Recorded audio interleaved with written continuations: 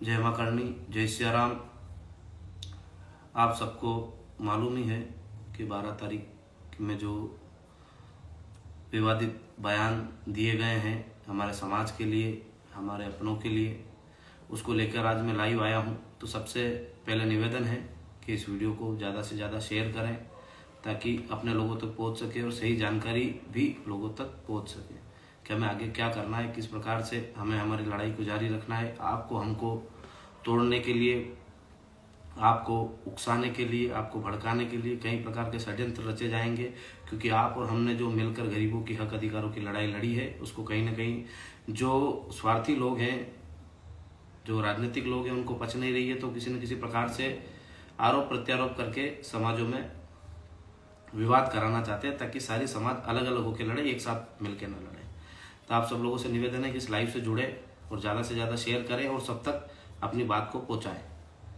और जिस भी व्यक्ति को जवाब देना होगा, हम हर प्रकार से जवाब देने में सक्षम हैं। किसी भी भाई को कोई अपशब्द बोलने की आवश्यकता नहीं है, किसी को कोई कमेंट करने की ज़रूरत नहीं है, न ही किसी के खिलाफ लिखने की आवश्यकता है। हम सब भाई सक्षम हैं। मैं इसीलिए लाइव आया हूँ कि सबको लाइव नहीं आना पड़े, सबको किसी जाति वर्ग को टारगेट नहीं करना है। जिस व्यक्ति ने गलत करा है उसका विरोध करेंगे। लोकेंद्र गुर्जर नाम है उसका विरोध भी किया जाएगा और उसको सबक भी सिखाया जाएगा कि किस प्रकार से वो भ्रामक चीजें फैलाकर एक दो जातियों में विवाद कराना चाहता है, किस प्रकार से वो एक जाति का सहारा लेके दूसरी जाति को एक दूसरी जाति से लड़ाना चाहता है। तो आपको किसी को कोई चीज लिखने की आवश्यकता नहीं है, क्योंकि आजकल लोगों के पास, आपको पता है, हथियार है। जो हमारे युवा है उनके खिलाफ झूठे मुकदमे कराकर भी उनको अंदर डाल दिया जाता है STSC एक्ट के तहत। तो मैं आप सबसे निवेदन करना चाहता हूँ, किसी को कोई जवाब नहीं दे, हम सारे सवालों के उनके जवाब देंगे और सारी बातें क्लियर करेंगे। लोकेंद्र गुर्जर ने जो बयान दिया है कि ये राजपूत नहीं है, ये मुगल पूत है, तो मैं उसको बता देना चाहता हूँ कि तेरे आरोप लगाने से या तेरे बोल देने से हमारे समाज की जो सच्चाई है वो लोगों से दूर नहीं है। लोगों को पता है कि किस कौम ने, किस जाति ने सर्व समाज की रक्षा के लिए अपने 15 से 18 साल के बच्चों का भी बलिदान किया है। उसके कहने मात्र से कुछ नहीं हो जाता, पर वो भड़काऊ भाषण इसलिए दे रहा है ताकि आप लोग भड़को और एक दूसरी जाति के बारे में कुछ कहो। लोकेंद्र गुर्जर को सबक सिखाया जाएगा। जितने भी भाई हैं, मैंने उनको बोल दिया है कि उसका एड्रेस पता निकालो और उसको हाथों हाथ सबक सिखाओ और उसके खिलाफ FIR भी, कानूनी तौर पे भी उसके खिलाफ FIR कराएंगे। पर उसने जो बोला है उसका मैं जवाब दे रहा हूँ। ये सब लोगों तक पहुंचना चाहिए कि राजपूतों ने 800 सालों तक मुगलों से अपने झंडे की, अपने राज्य की और अपने राज्य में निवासरत हर उस वर्ग की जो उस राज्य में निवासरत था उसकी रक्षा के लिए अपने 15 से 18 साल के बच्चों का भी बलिदान किया है। 800 सालों तक मुगलों से हम लड़ते रहे अपने लोगों की रक्षा के लिए, और हमारे जो सर्व समाज के लोग थे उस समय भी राजपूतों का साथ दिया और उनके साथ मुगलों से लड़ाई लड़ी। राजपूतों के साथ कंधे से कंधा मिलाकर हर जाति वर्ग ने मुगलों का सामना किया और मुगलों से लड़ाइयाँ लड़ी। हमने मुगलों को धूल चटाई है, हमने मुगलों के आक्रमणों को रोका है, उनसे युद्ध लड़े हैं अपनी प्रजा के लिए, अपने देश के लिए, अपने झंडे के लिए। हमने अत्याचार नहीं किए, अत्याचार मुगलों ने किए। उन अत्याचारों को बचाने के लिए हम लड़े। उसके बाद 200 सालों तक अंग्रेजों से लड़े हैं, हमने अत्याचार नहीं किए। ये जो आप बातें फैलाते हो ना कि राजपूत समाज ने अत्याचार किया है, राजपूत समाज ने अत्याचार नहीं किया, राजपूत समाज ने त्याग किया है, राजपूत समाज ने बलिदान दिया है, राजपूत समाज ने अपना सर्वोच्च न्यौछावर कर दिया। अपनी युद्ध में एक साथ 3-3 पीढ़ियों का भी बलिदान राजपूत समाज ने दिया है। किसके लिए? आप लोगों के लिए। और आप इस प्रकार के जो शब्द उपयोग करते हो उससे कहीं ना कहीं हमारे समाज को तो आहत पहुंचती है, पर हमें गुस्सा भी आता है। तो वो जो गुस्सा आ रहा है हमें, वो आपके ऊपर उतरेगा और आपकी अच्छे से धुलाई की जाएगी। उसके बाद ही आपसे माफी मंगवाई जाएगी कि आपने जो शब्दों का उपयोग करा है किस कौम के लिए करा है और किस बलिदानी कौम के लिए करा है। हमने कभी आपके समाज के बारे में नहीं कहा, हम किसी समाज को टारगेट नहीं करते। किसी ने करा भी होगा तो हमने खुद ने माफी मांगी है। आज मैं गुर्जर समाज के भाइयों से पूछना चाहता हूं कि क्या उसने जो कृत्य करा है, क्या उसने जो गाली दी है वो सही दी है? क्या आप उसका समर्थन करोगे कि हमारे समर्थन में हमारे साथ खड़े रहोगे? क्या आपको नहीं सोचना चाहिए उसने समाज का उपयोग करके गाली दी है? हम समाज के खिलाफ नहीं है। उसका नाम लोकेन गुजर है। हम लोकेन गुजर के खिलाफ है और लोकेन गुजर के खिलाफ हमारी कार्रवाई भी होगी और उसके ऊपर जो मुकदमे दर्ज होना वो भी होंगे और उसकी जो उसको सबक सिखाना उसको सबक भी सिखाएंगे, क्योंकि बार बार हमारे समाज को टारगेट किया जाता है किसी एक व्यक्ति के द्वारा और वो बात ला के खड़ी कर देते जाति के ऊपर। यहाँ गुजर भाई और राजपूत भाई लड़ नहीं रहे आपस में, वहां एक व्यक्ति है लोकेंद्र गुजर जो ये चाहता है कि राजपूत समाज और गुजर समाज आमने सामने आए। एसटी एससी के भाइयों से भी मैं निवेदन करना चाहता हूं कि उनने जो आरोप प्रत्यारोप लगाए, हमने हर एक वर्ग की लड़ाई लड़ी है। वहां जाकर हमने कहा है हमें गरीबों के हक अधिकारों की लड़ाई लड़नी है। जो बोल रहे थे ना कि एक थोड़े दिन पहले आए थे या आंदोलन करके गए, हमारा आरक्षण छीनना चाहते, हम किसी का आरक्षण छीनना नहीं चाहते। हमने पहले भी कहा है कि हम आरक्षण को आर्थिक आधार पर लाना चाहते हैं, जो हर धर्म हर वर्ग का व्यक्ति जो गरीब है उसको आरक्षण का लाभ मिले। शोषित वंचित पीड़ित, इसमें कहीं जाति का नाम नहीं है। जो हमारे एक भाई बोल रहे थे कि शोषित वंचित पीड़ित की हम लड़ाई लड़ रहे हैं, तो शोषित वंचित पीड़ित जनरल में भी आता है, ओबीसी में भी आता है, एसटी एससी में भी आता है और हर उस वर्ग में आता है।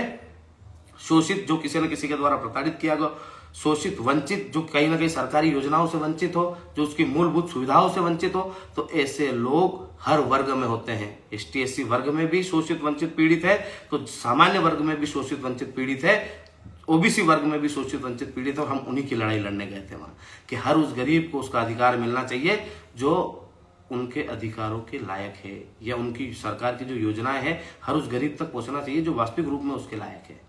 आपके ही समाज का आरक्षण कौन खा रहा है? आज एसटी एससी वर्ग में जो आरक्षण है वो खा कौन रहा है? उन्हीं के वर्ग का अमीर व्यक्ति, उन्हीं के वर्ग का आईएएस आईपीएस।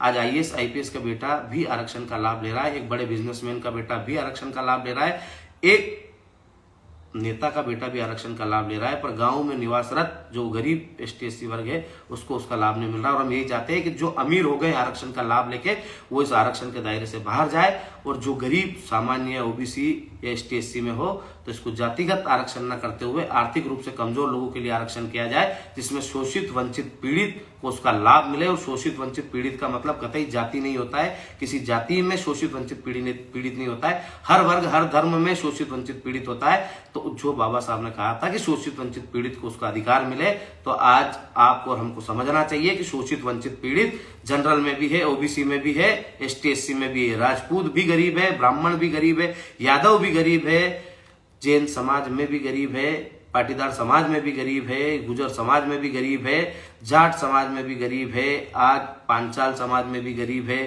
तो जितने भी ओबीसी वर्ग हैं उन सब में गरीब है, एसटी एससी में भी सारे वर्गों में गरीब है, जनरल वर्ग में भी गरीब है। तो आप और हमको लड़ना चाहिए तो गरीबी को दूर करने के लिए लड़ना चाहिए, गरीबों के लिए लड़ना चाहिए, ना कि एक जाति को दूसरी जाति से लड़ाने के लिए लड़ना चाहिए।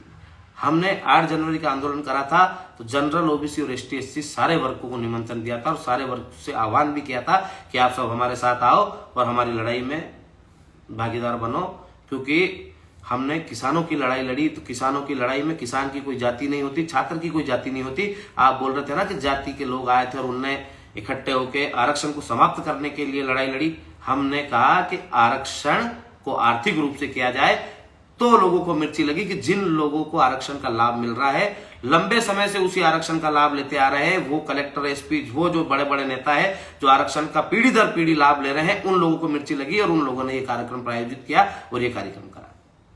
एसटी एससी का गरीब भाई ये खुद सोचे कि क्या उसके परिवार में 3-3 4-4 पीढ़ी 5-5 पीढ़ी हो गई है, क्या उनको आरक्षण का लाभ मिला है?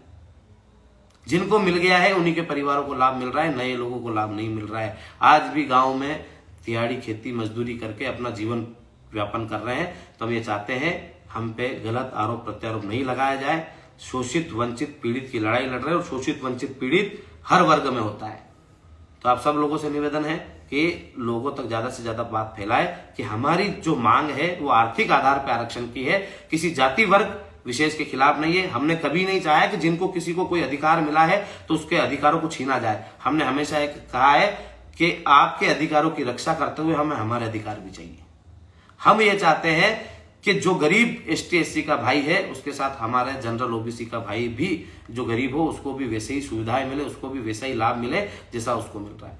और बहुत सारे लोग बोल रहे हैं कि ST/SC क्या ST/SC एक्ट ओबीसी वर्ग पे नहीं लगता? सबसे ज्यादा कोई प्रताड़ित है ST/SC एक्ट से तो ओबीसी और जनरल है। जो झूठे रूप में जो एट्रोसिटी एक्ट लगता है उससे हम बहुत ज्यादा प्रताड़ित है। ओबीसी के भाइयों को भी ये मंथन करना चाहिए, ओबीसी के भाइयों को भी ये सोचना चाहिए कि क्या उनके ऊपर फर्जी एट्रोसिटी एक्ट में उनको जेल नहीं काटना पड़ रही है, क्या उनके ऊपर फर्जी एट्रोसिटी एक्ट में मुकदमे दर्ज नहीं हो रहे। हमने कब कहा कि हम एट्रोसिटी एक्ट समाप्त चाहते हैं? हमने कब कहा कि किसी ST/SC वर्ग के भाई के साथ अन्याय हो, उसको प्रताड़नाएं दी जाए तो उसको छोड़ दिया जाए? हमने ये कहा है कि उसकी जांच हो और जांच में यदि वो दोषी पाया जाता है तो उसको सजा मिले, पर किसी निर्दोष को जेल नहीं हो। तो ST/SC एक्ट का दुरुपयोग कितना हो रहा है ये जनरल वर्ग का भाई भी जानता है और ओबीसी वर्ग का भाई भी जानता है कि किस प्रकार से झूठे मुकदमों में हमारे भाइयों को फंसाया जाता है, उनको जेल भेजा जाता है और उनके भविष्य के साथ खिलवाड़ की जाती है। तो आप सब लोगों से निवेदन है कि हम ST/SC एक्ट में जांच चाहते हैं। ST/SC के भाइयों से भी निवेदन, उनको भी पता है कि हम ST/SC एक्ट खत्म करना नहीं चाहते, हम चाहते हैं कि उसमें जांच हो, ताकि जांच होगी तो दूध का दूध और पानी का पानी होगा कि कौन सही है और कौन गलत है। जांच होने के बाद यदि वो दोषी पाया जाता है तो उस पर कार्रवाई हो। अब कई राजनीतिक लोग ST/SC एक्ट का फायदा उठाकर अपने प्रतिद्वंदियों के ऊपर, उनके समर्थकों के ऊपर ST/SC के झूठे मुकदमे करवाते हैं और लोगों को प्रताड़ना देते हैं। जो पढ़ने वाले बच्चे होते हैं उन पर जब झूठा एट्रोसिटी एक्ट लगता है तो खाली एक दिन की जेल नहीं होती है, उनका भविष्य खराब हो जाता है, वो नौकरियों से वंचित हो जाते हैं। तो हम ये चाहते हैं कि उसमें जांच हो ताकि किसी युवा का भविष्य खराब नहीं हो, किसी निर्दोष को जेल नहीं जाना पड़े। इसलिए हमने एट्रोसिटी एक्ट में संशोधन की बात कही थी कि उसमें जांच हो, उसके बाद गिरफ्तारी हो। वहां पर कुछ लोग ऐसे भी आए थे जिन्होंने भगवान को गालियां दी, भगवान के खिलाफ बोले कि ना तो राम को लाना चाहते हैं ना भगवा को लाना चाहते हैं। भगवान राम किसी एक पार्टी के नहीं है, न किसी एक जाति के हैं।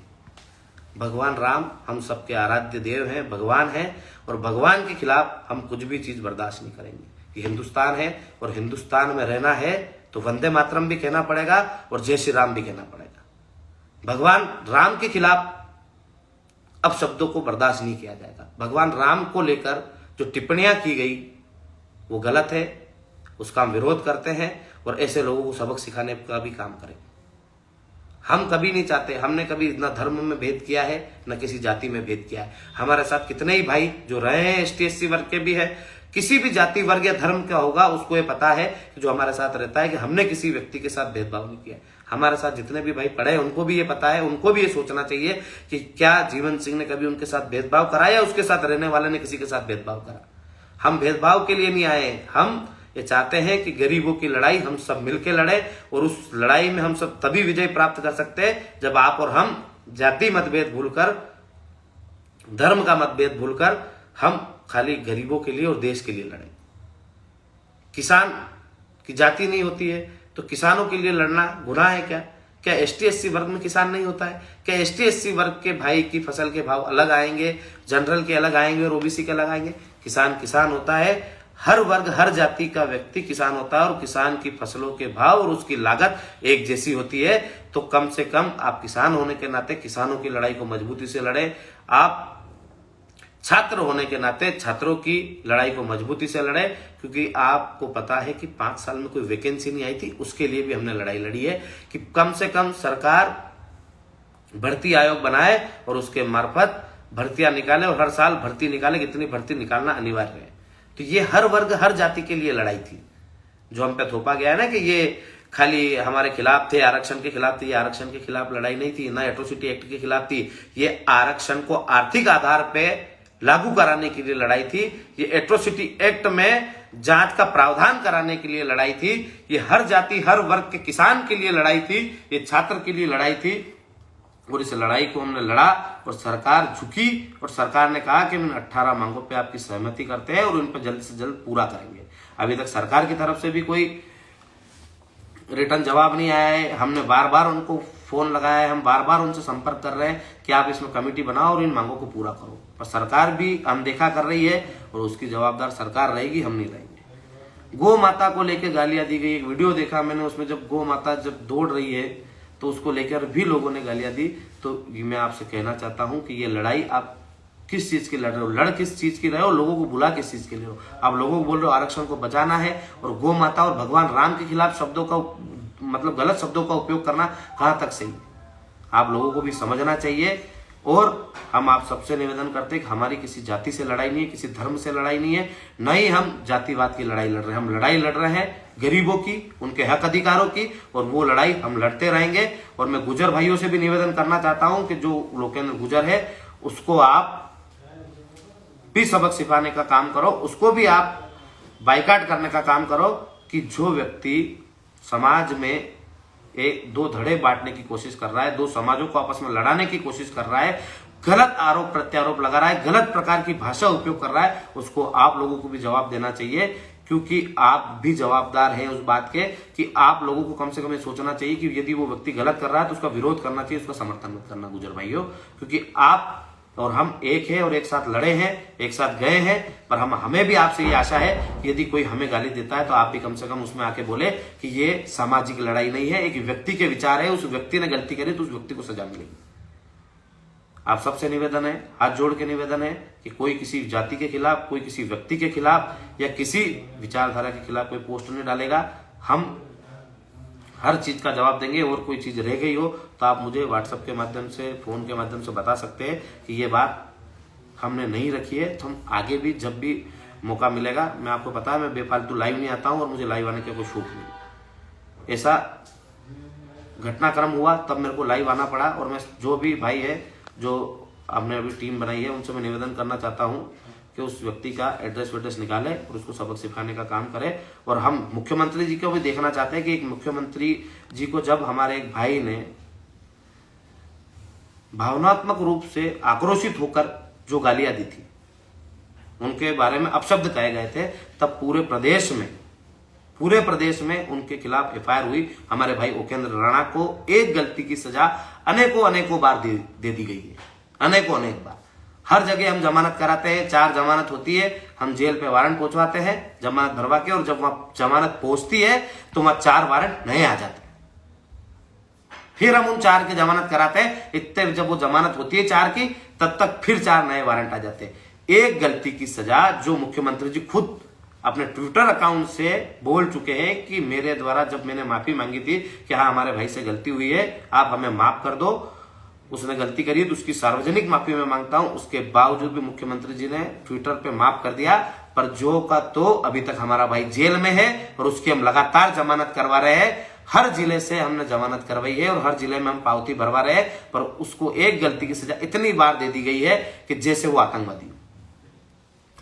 उसके गाली देने का कारण क्या था? क्या वो घर से सोच के आया था उसको गाली देनी? क्या अनेक लोगों ने जब गालियां दी तो उनका कारण खाली ये था कि आपने जब जम्बूरी मैदान की परमिशन को निरस्त किया था तब लोगों में आक्रोश था। जब आपने ट्रेनें निरस्त करी तब लोगों में आक्रोश था। जब आपने चद्दर की दीवार खड़ी करी तब आक्रोश था। जब आपने बसों के परमिट कैंसिल करे तब आक्रोश था। और जब 8 जनवरी को कोई सुनने नहीं आया, कोई पूछने नहीं आया, पानी के लिए जब व्यक्ति वहां तरसा, जब वहां दुर्दशा देखी हमारे समाज की कि वहां व्यक्ति पानी के लिए तरस रहा है, वहां कोई व्यवस्था नहीं की गई सरकार की तरफ से, तब जाके लोगों में इतना आक्रोश था कि लोगों के मुंह से आक्रोश में गालियां निकली। और उन लोगों ने गालियां दी आपको, उन लोगों ने आपके लिए अपशब्द उपयोग करे। तब हमने जवाबदारी लेते हुए, तब हमने जवाबदार आंदोलन के जवाबदार कार्यकर्ता होने के नाते हमने उनकी गालियों को, उनके आक्रोश को गलती समझकर हाथ जोड़ के आपसे माफी मांगी कि नहीं हमारे भाइयों से गलती हुई है तो आप उन्हें माफ करना। हम आपसे हाथ जोड़ के माफी मांगते हैं। उसके बावजूद भी आपने क्या किया? क्या वो सारे लोगों को बाहर कर दिया गया? क्या आपने कहा कि मेरे को माफी मांगी गई है तो मैं आपको माफ करता हूं? जब कोई गलती हुई है और उसकी माफी मांगी है तो आपने बोला कि मैं उनको माफ करता हूं। ऐसे माफ करते हैं आप? फेसबुक, व्हाट्सएप या ट्विटर पे आके आप माफ करते हैं और वो जो जमीन स्तर पे उसको तकलीफ देने का काम करते हैं। एक गलती की सजा एक बार मिलती है, उसको 17 एफआईआर अभी तक हो चुकी है उस पे, और हम कम से कम 12-13 में जमानत करा चुके हैं और 5-7 में और जमानत करानी है। और क्या पता कितनी एफआईआर और थोपी जाएगी। एक गलती की सजा 17 बार मिल चुकी है उस व्यक्ति को, और आप कितनी सजा दोगे उसको? ये संविधान है क्या? ये लोकतंत्र है कि एक गलती की सजा को 17 बार दिया जाएगा? और अभी तक पता नहीं कि 17 के बाद और संख्या बढ़ेगी। अभी तक हमारे भाई को दर दर भटकाया जा रहा है, कभी इस थाने ले जाया जाता है, कभी उस थाने ले जाया जाता है। जो उस व्यक्ति ने एक बार जुर्म करा, एक बार गाली दी, उस एक गाली की सजा लगातार आप उसको दिए जा रहे हो, तो ये आपके द्वारा अन्याय है। और उस अन्याय का जवाब भी हम जब समय आएगा तब देंगे कि आपने जो अन्याय करा है उसका जवाब कैसे दिया जाता है। आपने वादा करा है 2 महीने का, 1 महीना बीत चुका है, अभी तक कोई कार्रवाई नहीं हुई है। हम 1 महीने का और आपके इंतजार करेंगे, और हमने 1 महीना जो एक्स्ट्रा दिया है उसका भी इंतजार करेंगे कि आप कब तक कमेटी बनाते हो, कब उन मांगों को पूरा करते हो। और जब तक आप मांगों को पूरा नहीं करोगे, आप ये सोच रहे हो कि आंदोलन से हमने वहां से उनको भूख हड़ताल से हटा दिया और घर भेज दिया तब आंदोलन नहीं होगा। ये सड़कें भी वही है, ये मैदान भी वही है, और ये कर्णी सैनिक भी वही के वही है। ये वापस उठेंगे, अपने हक अधिकारों के लिए वापस आएंगे, और इस बार सरकार की ईंट से ईंट बजा के जाएंगे। आपने जो वादा किया था, जो आपने कहा था हमने माफ कर दिया है, तो वास्तविक रूप में आपने माफ किया है। वास्तविक रूप में आप चाहते हो कि लोकतंत्र है और आपने जो जुबान दी है उस पर आप खरे उतरोगे, तो हमारा भाई हमारे बीच में होना चाहिए, जेल में नहीं होना चाहिए। हम आपकी भावनाएं समझ रहे हैं, आपकी नीयत समझ रहे हैं। आपके बोलने में और आपकी नीयत में फर्क है, उस फर्क को नहीं सुधारा गया तो हम हमारे स्तर से सारी चीजें करेंगे। हम हमारे भाई को छुड़वा के भी लाएंगे, हम उसके लिए जमानतें भी करवा रहे हैं, आगे भी करवाएंगे, और हमारे भाई के साथ खड़े रहेंगे। हमारे भाई ने गलती करी थी, हमने माफी मांगी, पर ऐसा नहीं कि हमारे भाई को एक साइड में छोड़ देंगे। उसने गलती करी है, हमने उसको डांटा है। हमारे समाज के बड़े बुजुर्ग उसको फटकार लगाएंगे, उसको डांट लगाएंगे, ताकि वो अगली बार गलती नहीं करे। उसका मतलब ये नहीं होता है कि आपके घर के सदस्य ने कोई गलती कर दी है तो आप उसको उठा के बाहर फेंक दो। हम उठा के फेंकने वाले में से नहीं है, हम साथ निभाने वाले में से हैं। हम उसका साथ निभाएंगे, उसकी जमानत भी कराएंगे, उसको बाहर लेके भी आएंगे। पर आपकी वादा खिलाफी हमने देख ली है कि आपने एक मुंह से तो कहा कि हम उसमें उस उपेंद्र राणा को माफ करता हूं, जिसने गालियां दी उनको माफ करता हूं, और एक तरफ हमारे सारे भाई जेल में पड़े। आपके शासन में आपके टीआई हमारे छोटे छोटे बच्चों को मारपीट कर रहे हैं और उनके ऊपर अत्याचार कर रहे हैं। महतपुर के टीआई साहब ने इतने सारे अत्याचार करे, हमारे भाइयों ने लाइव देखे, वहां खुद मौजूद होकर देखे। उनको क्या पुलिस प्रशासन को पीटने का अधिकार है? आपको किसने पावर दिया? आपको किसने अधिकार दिया कि एक व्यक्ति को आप उठा के लाओगे और पीटोगे? छोटे छोटे बच्चों को पीट रहे हो आप, और उस पर सरकार मौन है। सरकार अपने तंत्र का प्रयोग कर रही है और हमारे लोगों को मारपीट करके उनको दबाने का, डराने का काम कर रहे हैं। अभी एक घटनाक्रम और हुआ, जो कोई गोलीकांड हुआ है, उसमें क्या हुआ? एक व्यक्ति दिख रहा है जो समझा रहा है वहां जाके, उसको भी डाल दिया, और 5 लोग अन्य जो घर पे सोए थे उनके भी 307 में नाम डाल दिए। क्या आपने उस घटना की जांच करी? क्या 307 में उस 7-8 मुलजिम में, जब उस वीडियो में सामने दिख रहा है गोली चलाने वाला व्यक्ति, तो जिसने गोली चलाई है उस पर कार्रवाई होनी चाहिए कि जो घर सोए उन पर कार्रवाई होनी चाहिए? जो साथ में खड़ा है बेचारा, समझाने का प्रयास कर रहा है। उस वीडियो में साफ तौर पे दिख रहा है कि 2 पक्षों में विवाद हुआ है, तो एक व्यक्ति उनको समझा रहा है साथी कि भाई लड़ो मत, भाई लड़ो मत। उसको भी 307 का आरोपी बना के आपने जेल भेज दिया।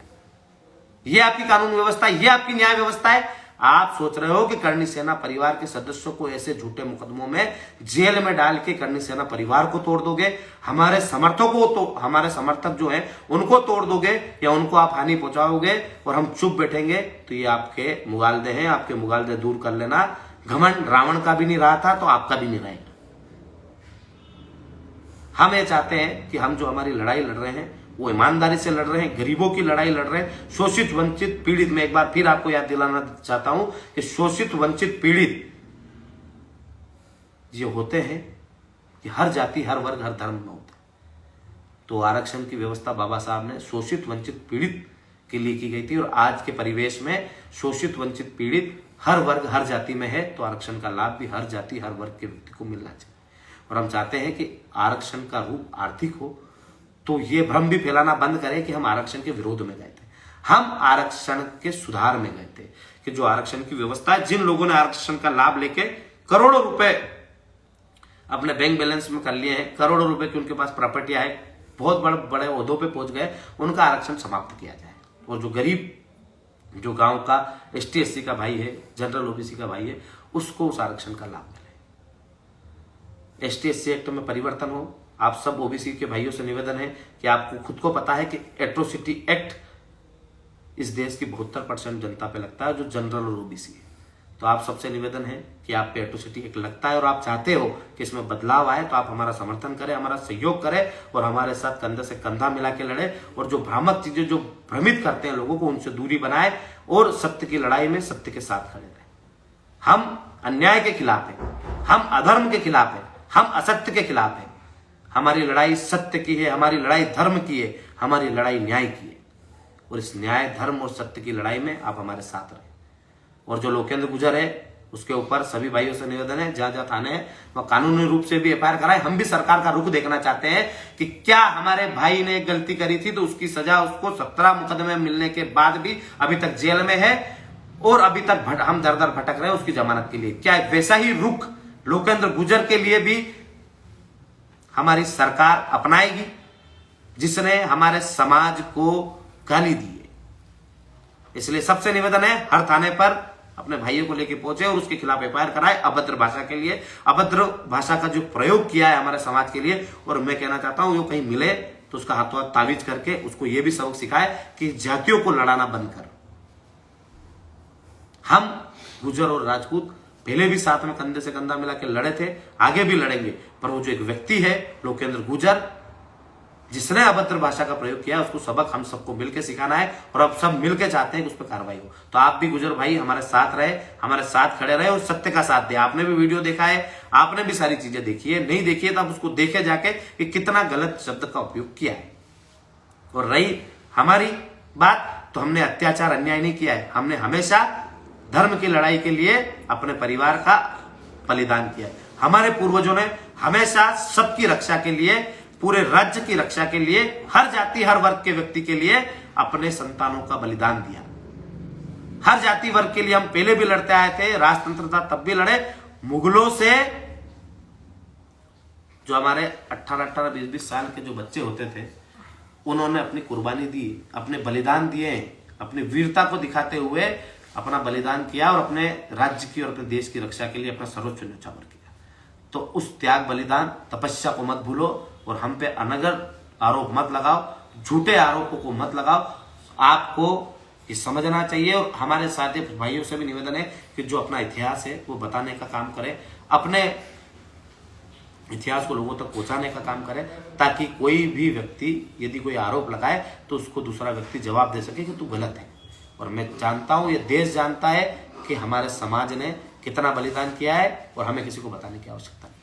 हमारा इतिहास लोग बताएंगे, हमारे जो साथी हैं, हमारे जो भाई है वो बताएंगे और उसको जवाब भी वही देंगे कि क्या सही और क्या गलत है। तो आप सबसे निवेदन है, किसी को अपशब्द का प्रयोग न करें। करनी सेना परिवार हमेशा से सत्य की लड़ाई लड़ता है, आगे भी लड़ता रहेगा। और एक सबसे विशेष सूचना है कि मेरे पास फोन बहुत आ रहे हैं कि आप वहाँ कार्यक्रम में उपस्थित नहीं हो रहे हैं, वहाँ नहीं हो रहे हैं, यहाँ नहीं जा रहे हैं, वहाँ नहीं जा रहे हैं। तो आप सबसे मैं बता देना चाहता हूँ कि 5 तारीख से मेरे जो दादी साहब में उनको अटैक आ गया था, तो मैं उनको लेके इंदौर हॉस्पिटल में उनको भर्ती करा रखा है। अभी तक उनकी छुट्टी नहीं हुई है और मैं अकेला हूँ घर में। मेरी दादी जी के साथ, मेरे दादी साहब के साथ रहना मेरा पहला धर्म है, मेरा कर्तव्य है। तो मैं उनके साथ यहाँ हूँ हॉस्पिटल में। और जब हॉस्पिटल से छुट्टी हो जाएगी तो जिन जिन कार्यक्रमों में उपस्थित नहीं हो पाया हूँ वहाँ भी पहुँचने का प्रयास करूंगा। और आगे भी जहाँ कार्यक्रम होंगे जो सुचारू रूप से चालू होंगे जब घर जाने के बाद, तो मैं सारे कार्यक्रमों में उपस्थित होऊंगा। तो आप सब लोगों से निवेदन है कि जहाँ भी कोई आंदोलन हो, कोई धरना प्रदर्शन हो, तो जो भी मेरे अलावा जो भी अपने भाई हैं, सेलूदा है या जो भी जहाँ के भी जिलाध्यक्ष हैं, जो भी अपने करनी सैनिक के जो अपने संघर्ष के साथी हैं, उन पे कहीं प्रताड़नाएं होती है, उन पे कोई कार्रवाई होती है, तो आप सब लोग इकट्ठे होके वहाँ धरना प्रदर्शन में शामिल हो। आप हम सब मिलकर लड़ेंगे तो ही जीतेंगे। मैं उपस्थित नहीं हो पाया 2-3 कार्यक्रमों में, उसके लिए क्षमा चाहता हूं। पर मैं हॉस्पिटल में हूं मेरे दादी साहब को लेके। तो जब उनकी तबीयत स्वस्थ हो जाएगी, जब उनको घर लेकर चला जाऊंगा, उसके बाद वापस से हर कार्यक्रम में उपस्थित होने की कोशिश करूंगा और हर कार्यक्रम में उपस्थित होंगे। इसी के साथ जय माता दी, जय श्री राम।